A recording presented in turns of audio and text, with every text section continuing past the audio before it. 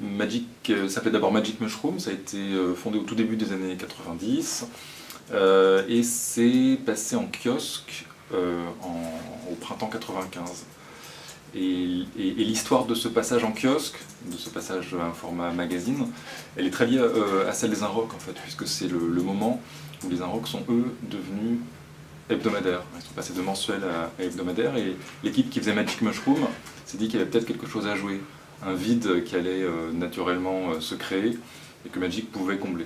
Donc se faire une revue qui était à l'époque bimestrielle, entièrement consacrée à la musique, ça avait un sens par rapport à ce que devenaient les Inrocks à ce moment-là, qui avaient eux, dès le début du passage en hebdo, affirmé une volonté de s'ouvrir sur des sujets de société, des sujets politiques.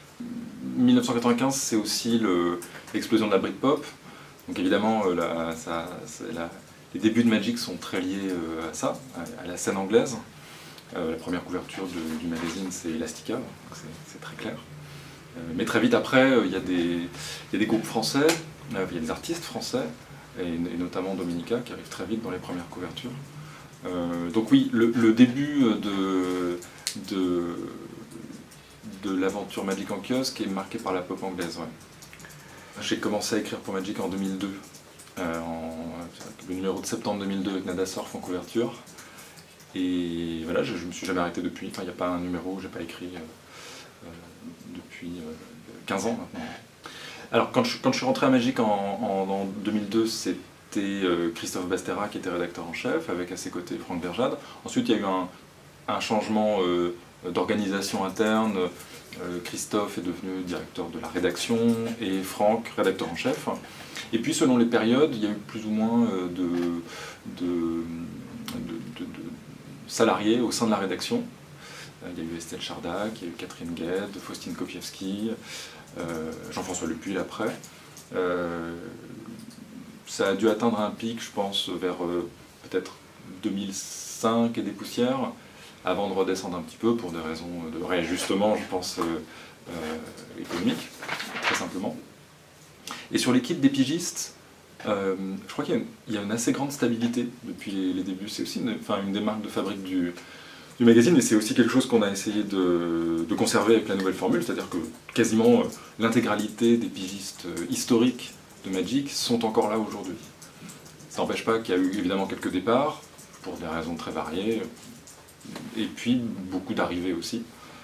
Ça aussi c'est quelque chose que j'ai essayé en relançant Magic d'instaurer, c'est-à-dire de faire venir aussi des nouvelles plumes qui correspondaient pour partie aux nouveaux registres musicaux qu'on avait envie d'aborder.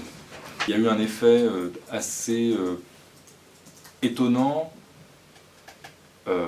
gratifiant et rassurant au moment de l'annonce de la mort de Magic, c'est que les gens se sont aperçus, même ceux qui le lisaient plus depuis longtemps ou qui achetaient un numéro de temps en temps, que ça allait manquer, qu'il y avait un vide, et on a vu dans les quelques mois de véritable absence du magazine que le vide il n'était pas du tout comblé.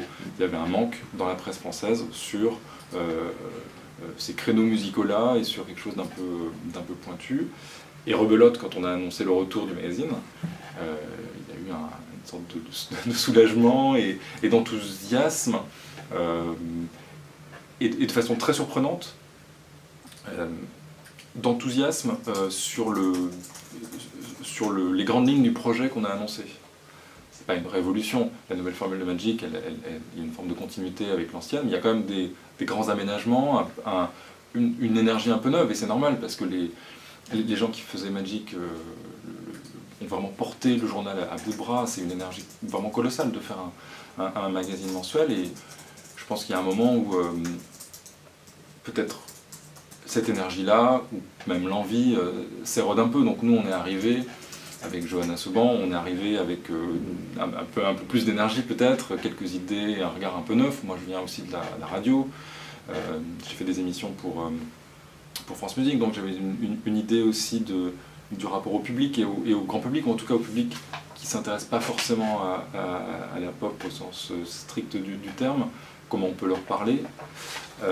Et on a vu cet enthousiasme des gens sur la nouvelle formule, et de fait on a fait une campagne d'abonnement à l'automne, donc avant même que les gens voient la moindre page de la nouvelle formule, qui a marché incroyablement bien. Et donc on a essayé de construire après le retour en kiosque à partir de cet engouement-là. Et bien pour l'instant ça fonctionne bien. Mais quand on a réfléchi au retour de Magic en kiosque, à l'idée d'une nouvelle formule, moi j'ai tout de suite tenu à inclure l'idée d'une nouvelle périodicité. Et donc là on est reparti sur un rythme bimestriel, avec un journal qui est beaucoup plus épais, beaucoup plus dense qu'auparavant. Donc on prépare 132 pages tous les 2 mois.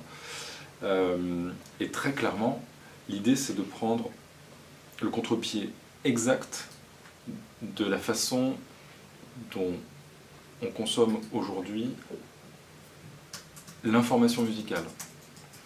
C'est-à-dire que on a accès à énormément de choses en ligne, sur Twitter, sur Facebook, sur des webzines, des choses qui viennent à nous, qui sont des choses en général courtes, ou des clips, toutes choses qu'on apprécie, hein, c'est pas du tout un jugement de valeur, c'est comme ça, c'est intéressant, nous on le fait avec nos réseaux sociaux, on a une présence en ligne, mais pour le navire amiral, pour Magic la revue, papier, l'idée c'est d'avoir un bel objet, qui prenne son temps pour parler en longueur des artistes ou des mouvements, qui donne la parole aux artistes.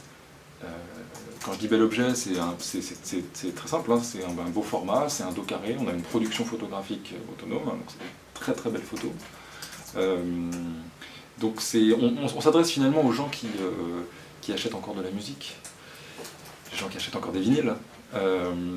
Et donc c'est les derniers des Mohicans, c'est eux qui vont aussi encore mettre là 8 € pour un magazine, très simplement. Donc voilà, il y avait dans l'idée de cette nouvelle formule de Magic, c'est 3 choses. Faire un bel objet qui corresponde davantage à la façon dont les gens aujourd'hui écoutent la musique, c'est-à-dire écouter différents genres musicaux de façon assez pointue, et qui correspond aussi à cet appétit pour l'histoire du rock.